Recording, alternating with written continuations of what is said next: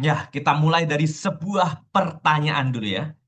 Siapa sih di sini yang pernah ngerasa di dalam pikirannya tuh kayak ya terus jalan aja gitu kayak ngawang, mikirin gitu gak ada hentinya. Bahkan pas kita lagi istirahat, pas lagi udah capek-capeknya, pas lagi pengen tidur, pas lagi gak ngapa-ngapain bahkan otak tuh kayak kerasa sibuk mikir sana sini sana sini. Coba ketik dulu. Pernah nggak ngerasa kayak gini ya? Ketik udah pernah nggak ngerasa kayak pikirannya tuh berjalan nggak ada hentinya gitu. Oke. Nah, jadi di sini kita akan bahas itu semua ya, menjawab pertanyaan tadi di awal itu pernah nggaknya ya. Ya, jadi aku adalah Afi Avicenna. Kebetulan aku seorang dokter yang diberi kesempatan untuk ngambil certified dari mindfulness trainer yang nanti akan kita langsung praktekkan gitu. Dan kebetulan juga berkesempatan untuk belajar tentang mental health secara mendalam di London Metropolitan University untuk mengambil Master of Science di sana. Nah, untuk menjawab pertanyaan tadi kita akan ngulik detail ya, ngulik detail mulai dari anatomi, dari gimana sih cara kerja otak kita gitu, kenapa bisa menghasilkan dari overthinking dan stres gitu, sampai nanti kita akan praktek dari mindfulness-nya. Jadi makanya ikutin sampai akhir, nanti kita praktek dan di akhir pun kita bisa bawa ini bisa dipraktekkan di rumah. Kayak apa? Yuk, let's check it out. Jadi yang pertama, overthinking dan stres ya. Hmm, jadi apa sih yang sebenarnya terjadi di otak gitu? Nah, sebenarnya jadi yang terjadi di otak itu mengalami yang kita sebut sebagai default mode network. Gitu. Nah, apa itu DMN ini, default mode network ini? Yaitu adalah pikiran yang cenderung mind wandering gitu ya. Jadi pikirannya tuh berkelana, mengembara kemana-mana gitu ya. Ngalamun, nggak fokus gitu. Nah, kemana itu biasanya? Ada dua titik. Yang pertama adalah di masa lalu atau dalam bentuk penyesalan gitu ya. Jadi kita menyesali apa yang terjadi di masa lalu gitu. Lalu yang kedua, kita khawatir gitu. Tentang apa? Tentang masa depan, future gitu ya. Jadi ada dua itu yang paling sering dialami. Nah, kita coba perbesar nih di bagian otak yang tadi ya, ada gambarnya ini. Nah, bagian otak nih kita coba berbesar dan apa yang terjadi sih ketika kita mengalami fase-fase stres gitu, mengalami fase-fase overthinking di dalam tubuh kita, itu ternyata berkaitan erat sama yang terjadi di tubuh kita ya, terutama dari otak. Yang pertama ada tiga mekanisme yang terjadi di sini yang akan kita bahas ya. Yang pertama adalah sistem saraf simpatis. Ya, jadi di tubuh kita ada dua sistem saraf ya yang berjalan, yaitu adalah simpatis yang akan berjalan ini, yaitu di mana dia bisa dominan sehingga kita akan mode tubuh kita akan fight bertarung atau flight lari ya. Jadi dua itu kita akan bertarung atau lari itu. Nah, hal ini biasanya terjadi ketika kita lagi mendapatkan stres, dapatin tekanan gitu ya. Tapi sebenarnya hal-hal yang tadi disebutin itu tuh penting ya untuk bertahan hidup, untuk survival kita bilangnya ya, untuk biar bisa survive. Makanya kita bisa bertahan sampai saat ini. Manusia udah dari zaman ke zaman ribuan tahun itu masih bisa terus berlanjut ya karena mode ini ya, mode waspada tadi ya, mode bertarung atau mode larinya ya, fight or flight atau freeze juga bisa. Kenapa? Karena ketika stres itu semua hormon bisa keluar gitu ya. Jadi salah satunya yang akan kita bahas adalah hormon dari stres gitu ya, yaitu kortisol. Nah, ketika kortisol itu keluar, itu mengakibatkan jantung berdebar lebih kencang, kita siap untuk lari, siap untuk ngejakan, siap untuk apapun marah bahaya yang datang gitu loh. Nah, hal ini bagus memang ya untuk situasi-situasi yang membutuhkan gerak cepat gitu ya. Misalnya sedang berada dalam tekanan, misalnya butuh untuk lari kan. Nah, mungkin lari kita tubuhnya nggak mencukupi untuk kebutuhan lari itu. Misalnya kan oksigen ini asupannya akan lebih cepat ketika kita saraf simpatisnya bekerja. Nah, ketika kita lari, bergerak, ke susu, kemerungsung, cepat-cepat itu kan membutuhkan oksigen lebih banyak kan tubuh untuk bergerak. Nah, ketika itu mode simpatis, saraf simpatisnya ini keluar, mode fight atau flight-nya tadi. Sehingga asupan oksigennya lebih banyak gitu. Tapi overthinking dan stres ini akan menjadi sangat-sangat berbahaya untuk kesehatan ya. Kalau dia terjadi terus-menerus ya. terus menerus ya. Nggak hanya di situasi-situasi darurat atau situasi-situasi survival, situasi-situasi yang butuh cepat, butuh gerak, butuh lari, butuh bertarung, butuh fight, butuh flight gitu ya. Nah, ini yang jadi penting gitu di situ. Di mana kita perlu untuk menjaga supaya hanya terjadi di saat-saat genting, bukan seterusnya, terus-terusan, berulang-berulang ya. Karena itu akan membahayakan buat kesehatan. Di situ nanti bisa mengaktifkan dari HPA axis ya, atau hipotalamus, dan ini isinya dari pituitary sama adrenal ya, yang mengakibatkan tadi stres yang berlebihan dan mengakibatkan penurunan ya dari kesehatan dari tubuh maupun secara fisik dan mental gitu ya. Jadi ini bagian yang paling luar ini kita sebut sebagai korteks ya. Dia bagian korteks dari otak itu yang akan pusat dari memutuskan gitu ya. Untuk memutuskan misalnya aku pilih A nih, aku pilih B nih. 5 tambah 5 ini nih. Nah, gitu ya. Untuk berpikir, memutuskan decision making gitu ya. Itu di korteks ini ya. Nah, sedangkan di sini kita ada bagian otak yang disebut sebagai amigdala, itu pusat dari emosi. Nah, ketika lagi stres, ketika lagi overthinking, amigdala itu menguasai ya, yang di tengah sini menguasai. Dia akan menghijack atau kita sebut sebagai membajak. Hmm. Jadi makanya orang yang lagi emosional itu dalam stres, dalam tekanan, dalam overthinking, itu dia nggak bisa berpikir secara rasional gitu ya. Apa yang dia putuskan itu jadi gak logis gitu. Dia merasa tertekan, merasa ngambil keputusan yang gak benar, penyesalan nanti di berikutnya, ya khawatir masa depan. Nah itu semua terjadi karena ada hijack atau pembajakan di amigdala gitu. Amigdala itu pusat dari emosi itu tadi. Ketika amigdalanya membajak, itu fungsi korteks sudah nggak bekerja lagi. Padahal korteks tadi untuk memutuskan, untuk berpikir, untuk bijaksana, untuk eh, merancang gitu ya, berencana gitu semua di korteks ini ya, paling ujung sini, di tepi. Tapi terhijack, terbajak total oleh amigdala itu menjawab semua problem atau permasalahan di dalam otak gitu yang terjadi di manusia. Kenapa bisa mengambil tindakan-tindakan yang nggak logis itu. Nah, oleh sebab itu kita ada satu pendekatan ya yang kita sebut sebagai mindfulness yang akan kita praktekkan nanti ya. Jadi mindfulness itu yang sudah kita bahas tadi ya itu adalah yang terjadi itu sebenarnya apa sih yang tadi buat kita overthinking, mood stress dan lain sebagainya yang terjadi itu yang amigdala menguasai dan lain sebagainya tadi yang sudah dijelaskan itu adalah DMN ya atau default mode network gitu ya. Di mana itu terjadi ngawang, berkelana, pikirannya ke sana ke sini gitu ya. Itu adalah default mode network. Itu dengan mindfulness itu bisa ditenangkan, calm down gitu ya. Ditenangkan. Dengan cara apa? Dengan cara mengaktifkan dari perhatian kita ya, dari awareness kesadaran kita, perhatian kita. Nah, itu yang kita sebut sebagai executive control network. Jadi kita bisa mengkontrol penuh gitu ya dari tubuh kita, dari pikiran kita. Mind and body ya. Gitu.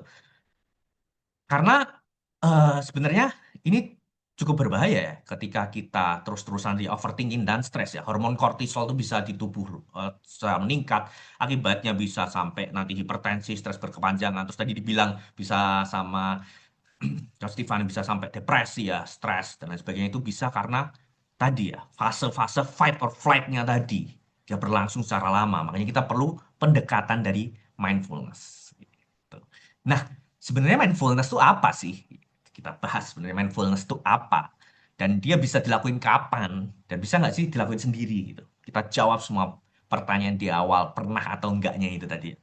Jadi mindfulness itu sebenarnya kesadaran penuh ya dari mind, kata mind sama fullness gitu. Penuh. Jadi sadar, penuh. Sadar penuh, hadir, utuh gitu. Atau bahasa lainnya kita sering dengar kata khusyuk gitu ya. Jadi khusyuk di situ. Kita hadir penuh, kita sadar utuh terhadap diri kita gitu. Nah, tapi ini tuh bukan sekedar kayak ngosongin pikiran gitu ya kayak kata orang-orang. Oh, dikosongin aja pikiran, dikosongin, kosong pikirannya kosong gitu kan. Tadi kita bilang bahwa mind wandering atau pikirannya sering berkelana. Loh, berarti pikirannya kosong dong kalau berlawanan. Enggak, justru enggak. Tapi apa? Tapi kita menyadari apa yang sebenarnya terjadi. Kenapa ini penting? Karena kita kadang ngelakuin ini dalam keadaan sehari-hari dan semua orang pasti melakukan ini. Ketidaksadaran ini nggak sadar penuh ini. Misalnya apa ya? Misalnya kita lagi eh berkendara gitu, tiba-tiba udah sampai aja. Atau kita lagi makan gitu, sambil nonton, lah tiba-tiba udah habis aja. Gitu ya. Atau kita menjalani hari-hari tanpa makna gitu. Lah, udah ganti bulan aja, udah ganti hari aja. Gitu ya. Jadi semua kerasa kayak lewat begitu aja, bahkan kita nggak begitu bermakna hidupnya. Udah lewat gitu aja kayak, tadi apa ya? Kok udah selesai ya? Hmm, gitu ya. Sehingga hal-hal yang kita lakukan itu kurang bermakna dalam tubuh ya. Kurang bermakna, kemerungsung, gerusa-gerusu gitu ya. Eh, Ketika kita lagi ngelakuin suatu hal, kepikiran hal lain gitu ya. Lagi ngelakuin apa? Udah dikunci belum ya rumahnya? Terus nanti gimana ya? Habis ini ngapain ya? Seperti itu. Ataupun terjebak, itu kan terjebak di masa depan. Kita juga bisa terjebak di masa lalu kayak, aduh, nanti kalau ulang lagi gimana ya kayak dulu ya? Aku takut deh, nggak ada yang dengerin, nggak ada yang datang. Aku masih takut nih, masih terhantui sama trauma gitu loh. Makanya mindfulness ini terfokus pada nomor satunya adalah masa kini. Gitu ya. Sekarang, bukan 5 detik yang lalu yang aku bilang mindfulness, atau yang akan kita praktekkan datang nanti prakteknya gimana itu juga bukan. Jadi beneran di masa kini, gitu ya, poin pertama. Terus yang kedua adalah dia non-judgmental atau nggak menghakimi. Gitu. Maksudnya gimana?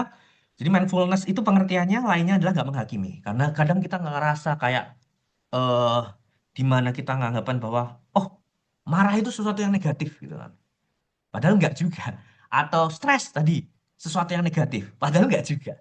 Jadi semua hal tuh basically netral ya. Semua hal yang terjadi itu netral. Tinggal kita memaknainya gimana, kita ngelihat dari sudut pandang mana gitu ya. Kita contohkan tadi di dua hal tadi ya. Stres gitu ya atau overthinking tadi. Tadi kan disebutkan overthinking ada positif, ada negatif dan lain sebagainya. Nah, ini sangat benar ya, di mana stres itu sebenarnya ada dua, yaitu adalah eustress dan distress gitu. Ketika distress itu adalah stres yang merusak ke tubuh gitu. Tapi stres itu dibutuhkan ke tubuh. Kenapa? Karena kalau kita di keadaan yang nyaman gitu ya, bayangin hidupnya nyaman banget, nggak pernah ada masalah, nggak ada tantangan apa-apa, ya nggak bakal berkembang. Ya stuck di situ aja, skillnya stuck, kemampuannya stuck, kesehatannya juga stuck. Makanya orang pada berolahraga, orang nge-gym misalnya berolahraga yang kita bilang kardiovaskuler ya untuk jantung dan pembuluh darah itu seperti lari, jogging, senam dan lain sebagainya. Itu kan dibuat stres. Ya, kita bilangnya adalah eustress tadi ya, stres yang bagus. Sehingga jantungnya terlatih, sehingga penyakit jantungnya bisa dicegah gitu. Sama juga tadi yang nge-gym atau yang tenis dan lain sebagainya itu kan untuk otot dan untuk kemampuan dari fisik. Ya. Itu terlatih gitu loh, karena stres tadi. Jadi stres memang dibutuhkan. Jadi semua hal itu sebenarnya netral. Ya kita tinggal ngelihat aja dari sisi mana. Nah, di mindfulness ini kita ngelihat semuanya secara netral, tidak menghakimi. Jadi marah pun itu ya nggak selalu negatif ya. Kadang marah diperlukan juga. Misalnya ada yang nginjak-nginjak kita harga diri, terus habis itu ada untuk mengingatkan teman yang sudah kelewat batas gitu ya. Nah itu perlu juga marah gitu. Jadi nggak selalu semuanya dalam negatif. Jadi nomor duanya adalah nggak menghakimi ya. Nah, lalu ngapain kalau nggak menghakimi itu? Kita masuk poin nomor tiga arti dari mindfulness, yaitu adalah observasi, ya. Melihat, gitu. Hanya memantau, gitu. Kadang kita tuh kerasa bahwa kita marah, gitu ya, kita sedih, kita cemas, kita overthinking karena kita bukan sebagai observer, kita bukan sebagai pengamat, kita bukan sebagai yang ngeliat, kita bukan sebagai yang memiliki jarak dengan itu. Kenapa? Karena kita menjadi satu dengan hal itu. Misal apa? Kita adalah orang yang pemarah. Nah, itu sebenarnya enggak. Kenapa? Karena kalau kita pemarah, ya berarti kita jadi satu sama marah. Ketika kita marah, ya kita dikuasai oleh marah itu. Akibatnya marahnya meledak-ledak gitu. Tadi ya, kita bahas tentang hijack atau pembajakan. Semua emosinya itu misal takut ya, kita jadi ketakutan. Nah, kita ketakutan. Nah, itu adalah menjadi satu. Nah, di mindfulness ini kita akan memisahkan hal itu. Kita hanya sebagai observer, kita sebagai pengamat, kita hanya sebagai yang melihat. Kita nggak menyatu dengan emosi yang terjadi saat itu. Gitu. Nah, dengan cara apa tadi ya? Kita merasakan tadi, ngelihat, ngemantau. Oh, aku sekarang lagi marah. Oh, marahnya penyebabnya ini. Gitu. Oh, aku sekarang lagi overthinking. Gitu. Jadi nggak menjadi satu, tapi kita coba ngelangkah satu langkah ke belakang untuk melihat lebih luas ya. Kadang kan ada orang bilang gajah di pelapuk mata gak nampak gitu ya. Kadang kita kalau lagi berhadapan dengan masalah, lagi kesusu, lagi merungsung, lagi semua hal yang terjadi, overthinking, stres itu beneran ada di depan mata kita ya. Sehingga kita nggak bisa melihat dengan jelas. Kita tertelan sama hal itu gitu ya. Jadi itu kita bisa mengasih jarak dengan cara observasi. Nah, dengan melakukan mindfulness ini sudah banyak sekali kita bilang evidence based ya, medicine terutama. Jadi dasar-dasar yang aku ngomongin ini manfaatnya apa aja sih dari mindfulness itu yang sudah banyak penelitiannya dan juga sudah terbukti ya secara nyata di dunia klinis maupun dunia sehari-hari. Jadi yang pertama bisa mengurangi dari stres, overthinking dan kecemasan gitu. Dengan dilakukan rutin nanti kita akan praktek ya biar bisa mandiri gitu. Terus bisa ningkatin semakin fokus, konsentrasi dan lebih tenang gitu ya. Karena kita lebih hadir di masa kini, nggak khawatir masa lalu dan nggak khawatir sama masa depan. Nggak terpenjara gitu, terseret masa lalu, tapi juga nggak ketakutan asal masa depan, masa kini gitu ya. Terus habis itu meningkatin dari kesehatan mental dan fisik gitu. Gimana? Ya orang tuh kalau sehat secara mental gitu, banyak yang nggak kelihatan gitu. Ketika sakit mental gitu, fisiknya kelihatan jelas gitu, tapi kelihatan matanya nggak berbinar, kelihatan dia dalam tekanan gitu. Bahkan ada yang kita tadi bahas depresi ya, ada depresi itu yang tipenya tuh hiding dia, tersembunyi, nggak kelihatan sama sekali. Kita lihat salah satu contoh ya, misalnya ada vokalis dari Linkin Park tuh dia masih foto-foto, masih nyanyi, masih manggung dan lain sebagainya, tapi besoknya lagi udah bunuh diri. Jadi ada yang silent killernya juga dari penyakit-penyakit dari mental ini nggak kelihatan. Nah, untuk mencegahnya ini penyakit mental ini, bahkan ini bisa mempengaruhi ke fisik ya, kita sebut sebagai mental atau kita sebut psikis ya tadi ya, penyakitnya psikis mengakibatkan dari fisik atau soma ya. Jadi psikosomatis. Nah, kalau ada yang pernah dengar kata psikosomatis itu artinya itu ya dari psikis, dari fisik gitu ya, dari psikisnya secara mental gitu bisa mengalami sakit yang serius secara fisik ya. Jadi psikosoma, soma tubuh, psiko itu dari psikisnya. Misalnya apa? Lambung ya, paling sering. Tiba-tiba stres, pikiran tenang, cemas, overthinking, wah langsung mual-mual. Rasa asam lambungnya naik dan lain sebagainya. Itu contoh nyata dari ini misalnya lagi stres, cengeng, pegel-pegel, nah itu juga semua ya. Maka dari itu, pentingnya dari mindfulness yang akan kita langsung praktekkan setelah ini. Gitu. Jadi, kita akan praktekkan dua sesi mindfulness ya. Kita langsung praktekkan, bersiap-siap ya. Jadi yang pertama, kita akan mempraktekkan yang namanya body scan. Ya, jadi mindfulness ini sebelumnya perlu diketahui bahwa dia bisa dilakukan yang pertama kapanpun, yang kedua dimanapun, yang ketiga, berapa lama pun kita jadi bisa ngatur semuanya sesuka hati gitu. Dan tadi efeknya sangat luar biasa banget, baik dari segi mental sampai ke fisik loh, ke fisik. Ya, setelah ini kita akan melakukan dua sesi mindfulness ya. Yang pertama body scan atau kita pindai tubuh ya. Jadi kita ngelihat dari tubuh kita dari atas sampai bawah sedikit. Terus yang kedua nanti kita akan latihan yang bisa dibawa ke rumah yaitu latihan dari mandiri gitu ya. Jadi ada sesi mindfulness buat kita bisa latihan mandiri di rumah. Oke, kita mulai ya. Jadi aku jelasin dulu ada beberapa apa ya pendahuluan. Yang pertama, nanti pas melakukan sesi mindfulness ini, kita manusia pada normalnya atau semua manusia kita bilang sebut itu nggak akan kosong, nggak akan pernah kosong itu pikirannya. Jadi pasti akan memikirkan kayak habis ini apa ya? Ini udah selesai belum ya? Ini aku bener nggak ya? Hmm, kira-kira habis ini ngapain? Ngomong apa sih nih? Nggak denger tadi. Nah, semua itu akan muncul. Lalu apa yang dilakukan? Ya tadi tiga hal tadi. Itu memang wajar muncul gitu. Kita balikan lagi gitu ya. Kita anchor atau jangkarnya. Nanti ada jangkarnya ya. Itu adalah nafas kita. Nanti kita balikin lagi ke nafas. Jadi disadari kalau, kok aku malah mikirin ini ya? Oke, oke. Tadi kan baru sesi mindfulness. Kita balikin lagi mindfulness. Oke. Balikin ke nafas. Berarti fokus ke nafas. Nah, ingat ya. Jadi nanti itu sangat normal untuk kepikiran hal lain, mikirin overthinking. Bahkan kita saat lagi sesi mindfulness, alami stres dan overthinking itu normal. Semuanya pasti akan dialami. Justru karena itu mindfulness harus dilatih ya. Kita lakuin sesering mungkin aja. Karena dia bisa kapanpun, dimanapun, siapapun gitu. Makanya ini aku akan ajari caranya step by stepnya biar bisa dilakuin sendiri di rumah. Oke, terus yang kedua, nanti aku akan nge-guiding atau aku akan pandu gitu. Jadi tinggal dengerin aja dari apa yang aku pandu, misalnya suruh tarik nafas, suruh fokus kemana gitu ya. Tinggal diikutin aja sampai satu sesi selesai. Nanti kita sesi yang mandiri keduanya setelah body scan. Gitu. Jadi ada dua hal itu. Terus nanti sisanya dibiarin aja jalan. Ingat tiga tadi ya prinsipnya ya, utama ya dari mindfulness. Kita berusaha untuk khusyuk gitu ya. Sama kayak kalau yang beragama Islam, sholat kan harus khusyuk. Nah itu maknanya sama sebenarnya. Jadi di mana kita beneran fokus ke saat ini, di detik ini. Yang nomor dua, non-judgmental, nggak menghakimi. Eh, ada salah bener ya? Bener nggak ya? Nggak ada salah bener. Biarin aja ikuti. Tinggal dibalikin lagi ke jangkarnya, anchornya, ke nafas. Yang gitu ya. Terus kita akan segera mulai. Oke, kita akan segera mulai sesi mindfulness-nya. Coba cari posisi yang enak, mau duduk boleh, mau tidur boleh, mau posisi apapun boleh yang senyaman mungkin. Kita akan mulai. Aku nyalakan dulu api di pinggir ini.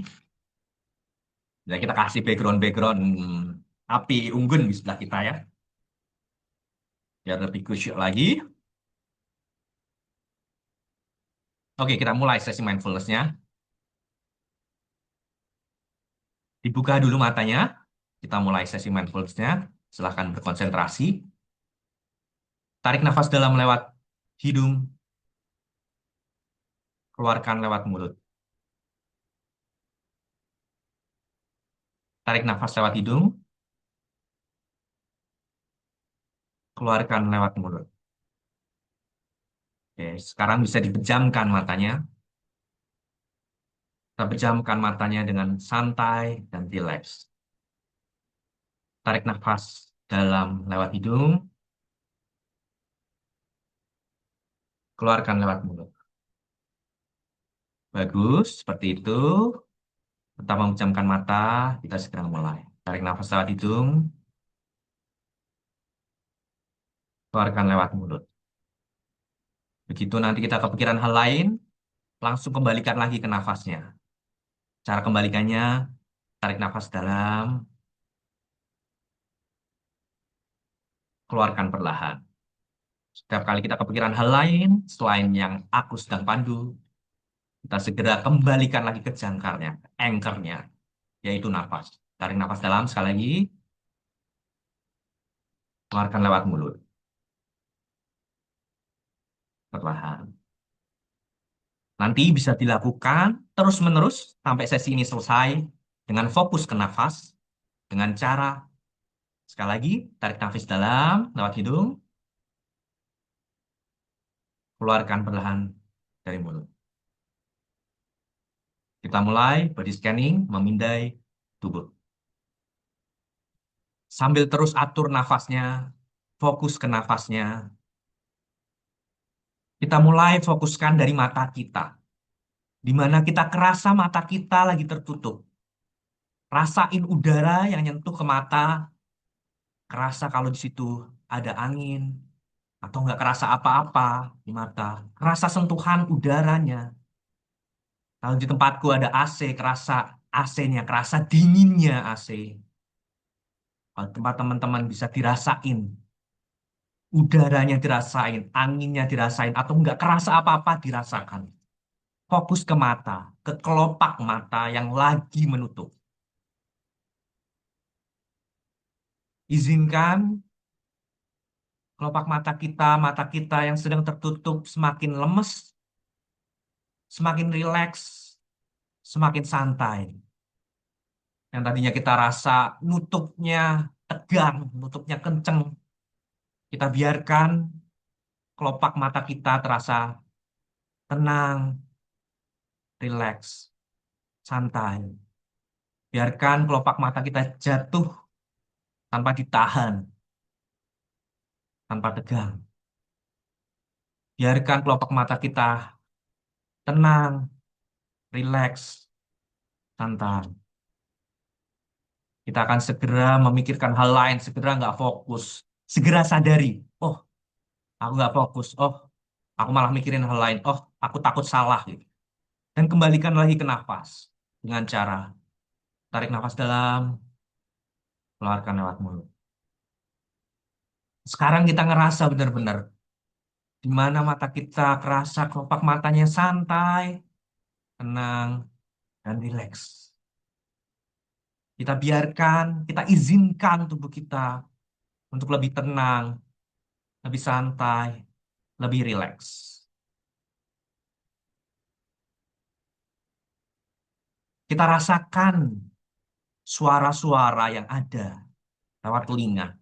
Suara aku lagi mandu, suara api unggun yang terdengar, suara angin, dan suara yang nggak terdengar di sekitar. Rasakan. Sekarang kita fokuskan, pindah ke bahu kita. Dirasakan bahu kita. Kerasa bahunya kena angin, kerasa bahunya sentuhan dari baju. Kadangkala kita nggak ngerasa bahwa kita itu sedang bersentuhan dengan kain. Kita nggak ngerasa, kita nggak sadar gitu. Makanya dengan mindfulness ini kita kembalikan kesadaran kita bahwa bahu kita, fokus ke bahu, fokus ke bahu. Bahu kita tuh lagi bersentuhan dengan kain, dengan baju, kerasa gitu, dirasakan. Sambil digerakkan sedikit, bahu kita coba kita angkat sedikit, kita turunkan sedikit, kita gerakan maju mundur sedikit gitu. Kerasa gerakannya, kerasa ototnya, kerasa tulangnya bergerak. Kita rasakan di sana ya. Dirasakan, difokuskan benar-benar ke bahu saat ini. Di mana kerasa itu ada kainnya di sekitar kita yang kita kadang nggak menyadari bahwa itu ada kain yang menyentuh. Padahal kita lagi bersentuhan dengan kain. Kita rasakan bahu kita bergerak. Berikutnya kita rasakan bahu kita sekarang semakin lemas, semakin rileks, semakin santai. Semakin lemas, semakin rileks, semakin santai. Kita izinkan bahu kita yang tegang, yang gerak tadi kita coba maju mundurin. Jadi jatuh ke bawah, jadi tenang, jadi rileks, kita lepaskan semua beban. Rasakan bahwa semua beban yang kita pikul selama ini, yang kerasa jadi berat gitu di bahu gitu, semuanya luntur, semuanya jatuh, semuanya memudar. Sehingga bahu kita menjadi tenang, bahu kita menjadi rileks, bahu kita menjadi santai. Kembali lagi tarik nafas dalam, keluarin berlahan. Kita izinkan sekali lagi bahu kita untuk tenang, untuk lebih rileks, lebih santai.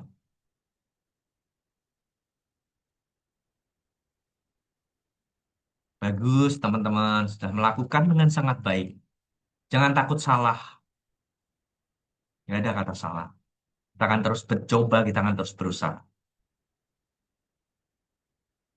Terakhir, kita rasakan dan fokuskan ke punggung kita, ke belakang punggung kita dari atas sampai bawah. Kita rasakan punggung kita menyentuh kain, rasakan punggung menyentuh kursi, rasakan punggung menyentuh udara. Dirasakan di sana sensasi-sensasinya, baik sensasi menyentuh, sensasi agak gatal, sensasi dingin, sensasi panas, semua coba dirasakan. Semua sensasi taktil, semua sensasi perasaan yang digunakan. Oh, punggung saya kerasa ini, kerasa kencang, kerasa tegang, itu semua dirasakan. Punggung dari bawah sampai atas. Dari bawah sampai atas kita coba rasakan semua sentuhannya, anginnya.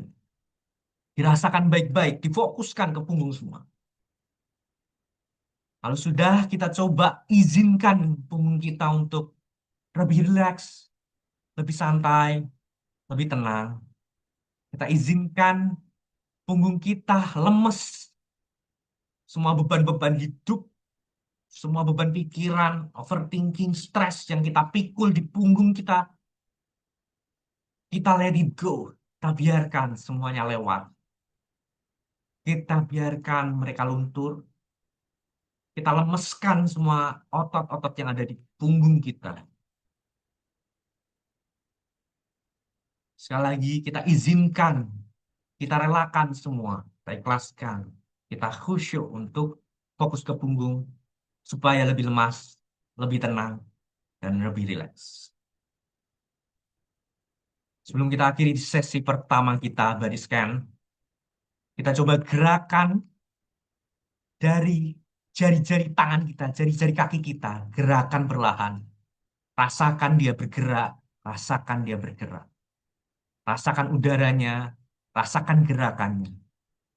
Kita gerakan terus.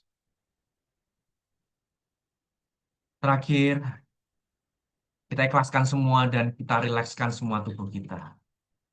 Sambil tarik nafas dalam dan keluarkan. Makin kita tarik nafas dalam, semakin kita keluarkan nafas secara perlahan, semakin tubuh rileks. Semua tubuh kerasa rileks, santai. Sekali lagi, kita izinkan tubuh kita ajak tubuh kita untuk lebih santai dan rileks. Terakhir, tarik nafas dalam dan keluarkan. Sekarang kita bisa membuka mata kita dan mengucapkan syukur Alhamdulillah atas semua nikmat yang sudah diberikan. Buka matanya sekarang. Iya, itu dia tadi sesi mindfulness dari body scan ya. Jadi kita bisa melakukan yang ada beberapa mindfulness ya. Tadi mindfulness ada eating, jadi kita saat makan gitu. Nah, kita yang melakukan yang paling sering ya, kita sebut sebagai body scan atau pemindaian dari tubuh kita ya. Ini nanti bisa dilakukan di rumah sendiri ya. Terakhir, sesi terakhir kita akan sekali lagi. Yang tadi kan secara fisik ya. Sekarang kita akan sesi terakhir yaitu adalah dari mandiri ya. Jadi setelah ini nanti bisa dilakuin sendiri di rumah ya. Diingat-ingat caranya ya. Caranya yang pertama adalah kasih anchor atau kasih dia apa ya jangkar gitu ya. Yaitu jangkarnya dari nafas ya. Jadi ketika kita mind wandering atau pikirannya udah kemana-mana, coba pikir ini salah bener kuncinya gimana, nanti gimana, ada aku takut bener aku salah, oh penting nggak ya, oh nanti bermanfaat nggak ya, itu kita sadari, oh gitu ya, ya udah nggak apa-apa, memang semua orang juga mikir gitu, semua orang khawatir gitu. Sekarang aku balikin lagi ke anchornya, ke jangkarnya, yaitu nafas, balikin ke nafas lagi. Gitu, sangat mudah banget ini bisa dilakuin sendiri. Kita sekali lagi ya, sekali lagi yang ini kita tentang emosi ya. Kita rasakan emosi yang ada di tubuh kita, yang lagi kita rasain. Cepat aja, cuman beberapa menit aja. Kalau yang kali ini lebih cepat lagi. Nah, nanti jadi ini bisa dilakuin. Tadi yang penting ingat tiga hal tadi ya. Kita sebagai observer gitu ya. Jadi kita nggak langsung nempel gitu dengan apa yang lagi dirasain gitu. Masa kini kita coba rasain di detik ini ya. Bukan kemarin, bukan nanti gitu ya. Apa yang lagi dirasakan. Gitu. Terus non-judgmental, nggak ada salah, nggak ada benar. Oke. Sekarang kita mulai untuk emosi gitu ya. Karena tadi kan bisa berpengaruh emosi, terutama dari stres dan overthinking gitu. Kita sekali lagi kita coba akan segera mulai. Oke ya, jadi semua yang dirasain nanti dibiarkan saja. Kita sekarang jadi mindfulness, aku mau nunjukin dia bisa secepat ini gitu. Dan bisa selama itu. Yang tadi sebelumnya kan bisa kebablasan gitu ya, serasa. Lama bisa sampai ngantuk gitu ya, biarin aja ngantuk gitu. Oke, kita mulai ya. Ini sangat cepat banget. Aku mau nunjukin bahwa mindfulness itu bisa sangat cepat banget. Oke, kita mulai. Kita buat anchornya dulu. Tarik nafas dalam, keluarin. Pejamkan matanya. Kita pejamkan matanya. Tarik nafas dalam, keluarin. Sekarang kita fokus kepada apa yang kita rasain sekarang. Perasaan bingung, perasaan lagi nggak kerasa apa-apa juga, kerasa lagi overthinking, lagi mikir, atau kerasa lagi dalam stres gitu. Kita rasain gitu. Kita rasakan perasaan yang ada di dalam dada. Kita kasih jarak gitu. Oh, aku lagi ngerasa stres. Oh, aku lagi ngerasa overthinking. Oh, aku lagi ngerasa cemas. Oh, aku lagi ngerasa takut. Hanya amati aja. Kita bukan bagian dari emosi kita. Emosi itu hanya datang dan pergi, hanya lewat. Sekarang sedih, besok seneng. Rasain emosi yang lagi terjadi. Dan kita amati. Oh, aku lagi sekarang lagi merasa semangat membara. Ah, kerasa. Oke, aku lagi semangat membara. Keinginan belajar tinggi ya. Oke. Balik lagi ke nafas, tarik nafas dalam dan keluarkan dan buka mata. Buras. Bagus banget teman-teman. Dan selesai ya sesinya bisa secepat itu ya. Jadi bisa dilakukan sekali lagi ya. Di mana aja, kapan aja, berapa lama pun mau 1 menit, 5 menit, bahkan mindfulness itu bisa sambil makan gitu. Kita makan kan biasanya makan aja. Tadi makan apa? Rasanya apa? Enak. Nah, cuman enak aja gitu ya. Padahal kita bisa rasain gitu ya. Oh asin banget. Oh keras. Oh enak gitu ya. enaknya kayak apa sih? Oh, sampai sini kerasa pedes, pedesnya sampai perut, oh perutnya langsung kerasa asam lambungnya naik gitu ya. Jadi setelah ini teman-teman bisa ngelakuin mindfulness secara mandiri semua ya, bisa kapanpun dimanapun. Yang penting tadi aja bisa pas lagi mandi gitu ya. Oh kerasa dingin airnya, oh kerasa dingin. Yang penting dirasakan, dibuat khusyuk gitu ya. Oke, demikian sesi dari aku. Nanti bisa dibawa pulang hal-hal itu ya. Take home message ya. Tadi bisa dilakukan mindfulness dari kapanpun. Terima kasih banyak dari aku. Nanti kalau ada apa-apa bisa terus mantau dari Instagram aku, bisa untuk menanyakan lebih lanjut di Afi Avicenna ya, sesuai namaku. Terima kasih banyak. Aku kembalikan lagi ke moderator Bang Nur. Oke, siap. Thank you banget Dokter Afif untuk sesinya kali ini. Mantap sekali teman-teman. Kita praktek juga untuk apa namanya mindfulness seperti itu. Oke, mungkin langsung saja. Mungkin ada gimana nih? Sudah pada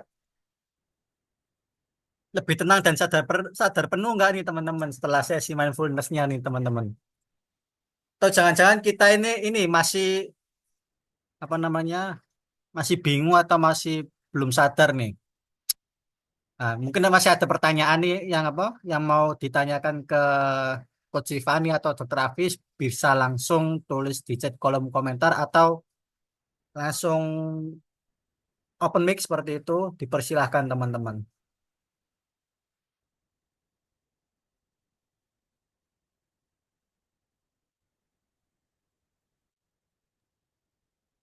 Yuk, jangan malu-malu teman-teman nih, mumpung ada pakarnya nih, dokter langsung loh.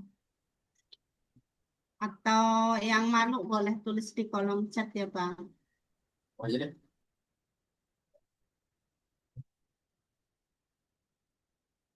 Ayo ada Kak, Izin Kak, saya mau tanya boleh Kak? siap siapa ini? Dengan Kak siapa nih? Nur Kurnia, Oke, siap Kak Muhammad Nurkinia. Tanya pada siapa nih? Kak Afif.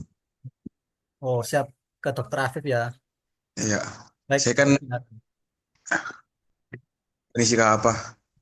Kayak saya kan pernah ada rasa trauma gitu. Nah, trauma saya tuh saya takut kejadian berulang kali gitu lagi loh.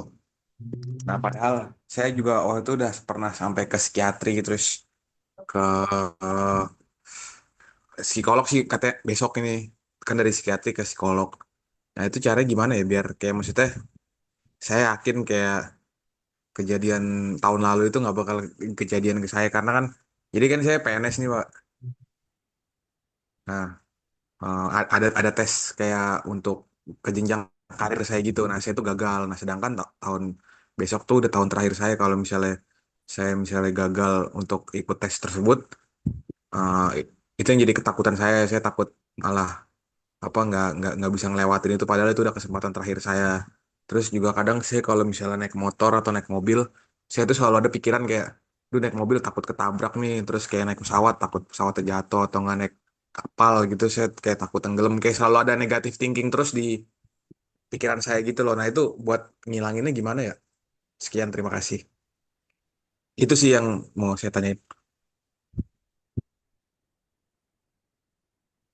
Oke, siap. Thank you Kak Kurnia. Ini langsung mau dijawab Dokter Afif Siap, atau siap. mau Dijawab dulu aja biar nanti Oke, siap. masuk. Nah, iya, terima kasih banyak Kak Muhammad Nur Kurnia untuk pertanyaannya ya. Jadi kita bahas tiga hal ya. Yang pertama, tadi cerita pernah istilahnya apa ya, ada sedikit gangguan PNS. ya untuk ngerasa tegang, terus ada takut nih ya jenjang karirnya karena ini kan tahun terakhir tuh kan, istilahnya kesempatan terakhir tuh kan. Terus gimana ini kesempatan terakhir? Nah, oke, yang Iya pertama betul. kita bahas, ya, tadi kan udah sempat konsul dan lain sebagainya ke psikiater dan psikolog. Nah, mindfulness ini sejalan banget. Jadi nanti kalau mendalami atau datang ke psikiater maupun ke psikolog, nanti juga mereka juga pakai pendekatan salah satunya dari mindfulness ini. Jadi sejalan gitu. Jadi dengan mindfulness ini nanti bisa untuk mengurangi gitu ya. Dengan cara apa ya? Dengan cara rajin prakteknya itu tadi. Nah, tadi yang pertama adalah itu ya pertama. Jadi bisa dilakukan dengan rajin praktek yang ketakutan itu. Nah, ketakutannya ini gimana tadi? Nah, ini ketakutan ini justru sangat berkaitan dengan mindfulness ya. Tadi dibilang bahwa takut karena ini kesempatan terakhir. Berarti kita bahasnya adalah future atau bahas masa depan gitu. Gimana nih? Ya, Padahal terakhir gitu. Tapi kita juga bahas masa lalu. Gimana? Lah, sebelumnya gagal. Sebelumnya gagal. Pas banget ini tadi sama penjelasan aku di mana mindfulness ini berada di tengah-tengahnya, yaitu adalah masa kini, masa sekarang gitu. Di mana nanti kekhawatirannya adalah tentang masa depan dan masih terbelenggu atau istilahnya trauma dan tergeret gitu, terseret-seret sama masa lalu gitu yang dulu pernah Ya gagal betul. dan khawatir. Nah, justru itu mindfulness berada di tengahnya tadi, yaitu adalah masa kini. Gimana cara mengatasinya? Yaitu pertama adalah dengan dikotomi kendali gitu. Jadi di itu dua kotomi kendali itu yang bisa dikendalikan. Tadi udah dijelasin juga ini sama Coach Stefani ya. Jadi ada dua hal yang bisa kita kendalikan. Yang pertama adalah apa yang bisa kita lakukan, apa yang bisa kita kerjakan, apa yang bisa kita rencanakan, dan yang tidak bisa kita kendalikan apa? Masa lalu yang udah terjadi. Yang kedua adalah masa depan atau hasil. Jadi semua hasil itu nggak bisa kita kendalikan. Ujian itu kita ngendalinya sebenarnya nol gitu. Apapun usaha kita ya kita nggak bisa menjamin hasilnya 100 gitu, atau tiba-tiba lagi ngerjain mati lampu gitu, atau apapun kita nggak bisa, error yang koreksi mestinya error dan lain sebagainya, kita nggak bisa gitu. Jadi fokusnya ke apa, ke hal yang bisa kita lakukan, ke hal yang bisa kita kendalikan, yang kita sebut sebagai dikotomi kendali ya. Nah di sini ini di filosofi teras. Nah, ketika kita fokusnya kepada apa yang bisa kita kendalikan, nah nanti hal-hal lain itu yang berhubungan dengan dua hal tadi, masa depan dan masa lalu, itu bisa terpudarkan gitu. Maksudnya gimana? Dengan kita fokus apa yang bisa kita kendalikan, tadi kan bilangnya ujian. Ya berarti yang bisa kita kendalikan apa? Ya belajarnya. Berarti apa? Nyiapinnya. Berarti apa? Tidak mengulang kesalahannya masa lalu. Berarti apa? Merencanakan supaya masa depan ini setahun apa? Berarti apa? Nyiapin plan B ketika nanti akan lulus atau enggak. Kalau lulus gimana gitu ya. Jadi disiapkan secara benar-benar gitu. Tapi nanti kalau nggak lulus gimana kan tetap khawatir dan lain sebagainya. Nah itu pentingnya dikotomi kendali itu. Ketika kita fokus kepada hal yang bisa kita kendalikan, itu akan semakin lebar dan semakin luas. Justru hal yang kita kita nggak bisa kendalikan sebelumnya, jadi bisa ikut meluas dari dalam yang bisa kita kendalikan. Maksudnya gimana? Dengan tadi nyiapinnya lebih matang, dengan tadi khawatir ya, khawatir kan ada stres ya, berarti kita buat jadi eustress, jadi nyiapinnya lebih bagus lagi, terbelenggu masa lalu, berarti nggak usah ngulang apa kesalahannya masa lalu, dicatetin semua ya, jangan dibuat di pikiran ya, dituliskan gitu, harus dituliskan. Mau dituliskannya di HP notes bisa dituliskan nih dengan cara menuliskan tadi. Kenapa? Karena di kepala kita tuh kayak pasar, nggak jelas, 5 menit lagi udah lupa. 5 menit lagi udah nyasar ke hal lain, overthinking yang lain gitu. Ketika kita menuliskan itu lebih clear, jadi kita mencarinya adalah clarity gitu ya. Kejernihan, clear gitu ya, gitu. Jadi dengan cara dituliskan. Nah, ketika kita lebih berusaha, lebih merencanakan, lebih legowo dan nyiapin plan B dan lain sebagainya, ya udah, dia akan semakin besar, ya kemungkinan lolosnya akan semakin besar, semakin menghantunya semakin kecil juga. Gitu ya. Yang ketiga adalah tadi takut naik mobil, takut naik pesawat tuh sama kan khawatir. Padahal angka kecelakaannya ya, pesawat dan mobil itu semua sangat besar banget. Dan kita nggak bisa kontrol itu ya. Yang bisa kita kontrol tadi apa? Apa yang bisa kita kontrol? Misalnya naik pesawat, ya berarti dengan berdoa, dengan persiapan, dengan paham di pesawat itu nggak boleh bawa power bank, nggak boleh di bagasi gitu kan. Nah itu salah satunya karena bisa meledak dan sebagainya. Itu ya. Terus habis itu misalnya naik mobil, naik motor ya pakai seat belt, naik motor ya dengan pelan gitu. Semua itu bisa ngurangi hal yang overthinking itu tadi gitu. Tapi kita tetap nggak bisa mengendalikan, kita nggak tahu apa yang akan terjadi, orang lain kayak apa, pesawatnya kayak apa, mobilnya kayak apa gitu ya. Jadi dengan pendekatan mindfulness tadi ya, mindfulness nggak cuma pas sesi-sesi, tapi dengan sesi tadi yang kita lakukan itu bisa mengurangi hal itu karena kita nggak kegeret di masa lalu dan nggak kegeret di masa depan. Dengan cara apa? Dilatih masa kini. Dengan cara apa? Mindfulness tadi. Sekarang, Benar, sekarang, tarik sekarang. nafas itu ya. Tarik Ya, nafas. ya, benar. Tarik Relaksasi nafas juga. dan dirasain. Oh, aku lagi kerasa ini ada sentuhan, kerasa anginnya, kerasa lagi nafas ya. Fokus ke masa kini gitu. Kalau Dilatih. antisipasi ya, Dok, kayak Ya, jangan bawa power bank, terus bawa bagasinya yang sesuai gitu-gitu iya, ya. benar. Itu semua. Fokus kepada apa yang bisa dikendalikan. Jangan fokus yang tidak bisa dikendalikan. Disebut dikotomi kendali filosofi teras. Terima kasih. Lanjut lagi. Semoga Makasih, menjawab. Dok. Wah, mantap sekali nih, Dokter Afif. Oke, yang lain mungkin ada yang mau tanyakan, bisa langsung open mic teman-teman. Izin Pak. Atau oke, Kak Jessic, Ya, silakan. saya mau bertanya sama Dokter Afif tadi. Saya mirip sama Masnya tadi. Saya juga pejuang anxiety disorder ya. Jadi saya juga udah pernah ke psikiater, psikolog dan sudah di titik sampai psikolog sekarang udah turun level kecemasannya. Dan saya juga diajarkan untuk mindfulness. Tapi apakah mindfulness itu metodenya hanya mengamati apa yang ada di sekitar gitu. Misalnya ketika saya jalan pagi, saya lihat, oh ternyata awannya bagus ya, udaranya enak juga nih. Tapi terkadang misalnya saya makan ya, saya juga mencoba mindfulness dengan pelan seperti itu. Kemudian ketika ada rasa yang berbeda, terus kita juga jadi overthinking lagi. Jadi jangan-jangan yang masak nggak cuci tangan, jangan-jangan itu keluar lagi overthinkingnya kayak gitu. Itu untuk mengatasi ketika kita lagi mindfulness, terus overthinkingnya keluar lagi, itu gimana caranya untuk kembali lagi kita nggak overthinking gitu. Karena kan saya juga kayak tadi masnya sama ketika nyetir mobil tuh kayak bawaannya tuh tiba jangan aku mati nih, tiba-tiba sesek, aku mati apa ya? Terus saya udah belajar lah kata psikolognya, ketika ada pikiran negatif kita balas dengan positif. Ya, mungkin sedikit saran juga buat masnya karena kita sama ya mas ya. Jadi ketika kita mau mati, pikirannya mau mati, kita balas seperti mati kenapa? Saya kan jaga kok nyetir kayak gitu. Jadi seperti itu berulang gitu kan.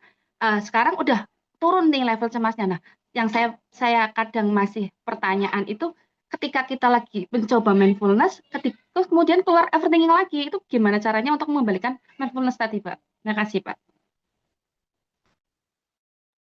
Oke, terima kasih banyak ya Jessica atas pertanyaannya ya. Ya ini relate banget ya dengan mindfulness dan relate juga dengan pertanyaan sebelumnya ya. Yang pertama tadi udah datang ke psikiater, udah dalam ke psikolog dan lain sebagainya, dan udah sampai turun pengobatannya udah semakin berkurang. Nah itu bagus banget ya, udah berkurang. Tadi udah melakukan pendekatan mindfulness gitu. Iya benar. Karena kenapa? Karena psikiater dan psikolog itu cuma nanganin pas lagi sesi, pas lagi datang, pas lagi ketemu. Nah yang lebih penting apa?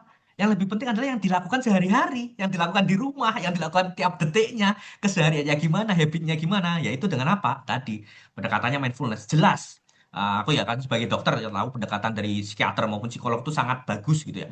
Tapi mereka tuh istilahnya tuh sangat bagus, tapi hanya satu waktu ketika lagi datang aja. Ketika lagi datang, lagi komunikasi, lagi cerita, lagi curhat, lagi kasih obat, lagi kasih treatment, lagi kasih terapi, lagi kasih psikoterapi dan lain sebagainya. Nah, tapi yang lebih penting lagi adalah diri kita sendiri. Karena mereka tuh hanya membantu. Aku pun di sini hanya nunjukin jalan, hanya bantu, hanya ngasih alatnya ini loh mindfulness. Ini loh. Nanti yang akan lakuin ya teman-teman sendiri yang megang alatnya ini kayak kita kasih pisau itu loh. Nah, pisaunya mau diapain? Mau buat ngupas semangka atau lain sebagainya gitu ya. Masuk ke pertanyaan kedua. Nah, terus gimana nih ketika lagi sesi mindfulness tiba-tiba overthinking kan? Lagi tarik nafas dalam, lagi keluarin, lagi ngerasain, apa yang dirasain, malah overthinking kemana-mana. Nanti gimana ya? Ini bener gak ya? Dan sebagainya. Terus gimana? Ngatasinya? Jawabannya apa? Nggak usah diatasi. Jangan diatasi justru. Kenapa? Karena mindfulness itu tadi kita enggak ngejudge gitu. Biarkan. Tadi aku bilang itu adalah hal yang sangat normal. Aku bahkan berani bilang bahwa semua orang gitu ya. Semua orang, mau dia sejago apa mindfulness, mau dia selama apa bertahun-tahun mindfulness, mau apa ya misalnya dia pendekatan apapun, pikiran kosong dan sebagainya, enggak mungkin dia enggak ada kayak tiba-tiba enggak overthinking, tiba-tiba enggak kepikiran lain, tiba-tiba enggak ngawang sedikit atau kita sebut mind wandering ya, jadi pikirannya tiba-tiba ngawang kemana-mana, takut, cemas, khawatir gitu, ya itu bukan manusia, gitu ya. Jadi justru itu enggak usah diatasi. Nah, terus gimana? Tadi jawabannya adalah tadi udah bener. Apakah kita hanya observasi aja? Iya, jawabannya itu. Jadi ketika perasaan itu ada, kita observasi. Apa pengertian dari observasi? Itu kita nggak menjadi satu. Permasalahan kita itu kita sering sekali menjadi satu dengan apa yang kita rasain. Makanya kita sebut orang pemarah gitu. Padahal nggak ada orang pemarah. Ya dia lagi merasakan marah aja pas itu. Gitu ya. Jadi pas nggak marah ya dia bukan pemarah kan.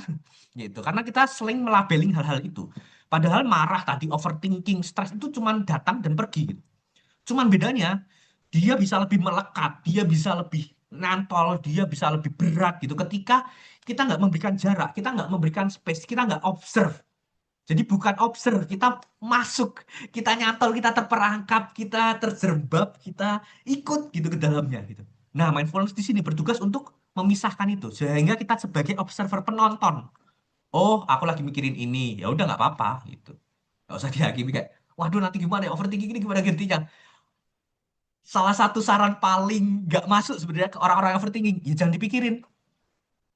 Gimana cara nggak mikirin? Orang overthinking itu nggak pengen mikirin, tapi otaknya mikir sendiri, nggak ada endingnya tuh, nggak ada titiknya tuh, nggak ada, itu muter aja, nggak ada endless lah kita bilang. Itu bener banget, makanya biarin aja kalau lagi overthinking. Oh, aku lagi overthinking, mikirin ini. Ya udah, diobserv, kita pisahkan diri kita observasi. Oh, pisahkan lagi ini, karena semua itu datang dan pergi gitu. Jadi ikhlasin, observasi. Tadi juga bisa kita bilang, tadi dibalas dengan positif, itu sangat bisa ya, salah satu trik yang instan. Ketika kita misalnya mau maju, cemas, takut kan, waduh nanti gimana ini orang ini, ganti gimana negatifnya tadi, jadi gimana positifnya. Misal, waduh ini gimana nanti kalau aku salah ngomong, misalnya ini ya, aku, waduh gimana ini nanti kalau salah jawab, salah jelasin, oh gimana ini kalau nanti nggak nyampe. Sekarang kita balik aja dikit, itu kan mengakibatkan cemas kan, nanti gimana kalau, oh nanti kalau kayak kemarin gimana, kita ganti, kita ulik dikit aja, gimana kalau bisa. Nah, gimana kalau berhasil, gimana kalau didengerin, gimana kalau bisa ngubah hidup orang gitu, gimana kalau orang bisa ngelakuin mindfulness setiap harinya, gimana kalau kesehatan mental orang bisa meningkat, bisa sembuh dari sakit, bisa reda dari overthinking, bisa berkurang, bisa lebih happy. Nah, gitu. Tinggal dibalik. Tadi bener banget caranya. Di view. Jadi kadang tuh semua hal tuh nggak perlu ngelakuin dengan effort, dengan berat, dengan kerja keras gitu. Kadang ya effortless aja, satunya dengan mindfulness gitu. Jadi kita mengobserve tadi ya, karena poinnya adalah observe. Yang kedua adalah non-judgmental atau nggak menghakimi, nggak ada yang salah, nggak ada yang benar. Yang ketiga adalah fokus di masa kini, yang sekarang, yang detik ini, karena kita seringkali main wandering ke masa lalu atau masa depan. Gitu. Tiga itu. Terima kasih. Semoga menjawab.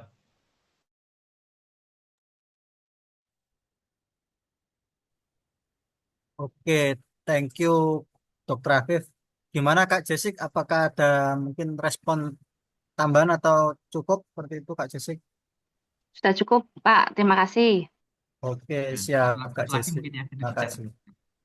Oke, mungkin kita gimana Satu lagi di Dokter chat, Afif? di chat ada nggak?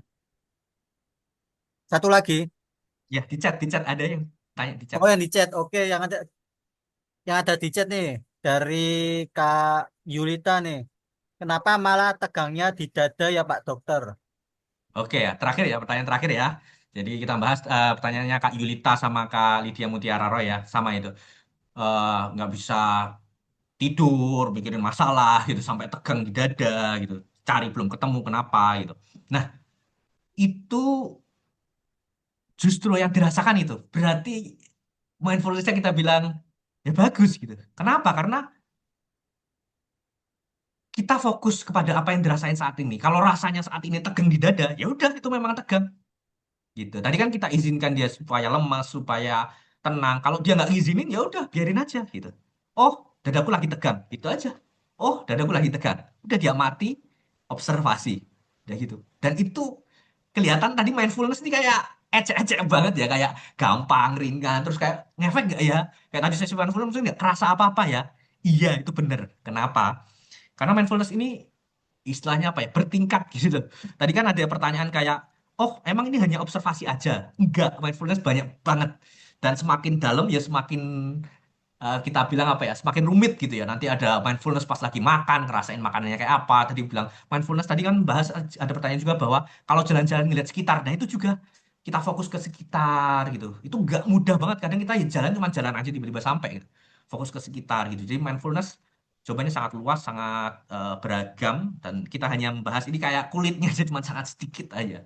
Dalamnya masih banyak. Tadi tegang di dada, ya it's good gitu. Ya, oh ya, lagi tegang di dada. Tinggal bilang aja, biarin supaya lemas, supaya tenang, supaya rileks. Udah kasih aja sugesti, kasih arahan gitu. Kalau dia nggak biarin, tetap tegang, tempat sini, ya udah observasi dan terima kasih sama tubuh udah ngasih sesuatu yang bisa kita rasakan. Jangan lupa bersyukur. Terima kasih.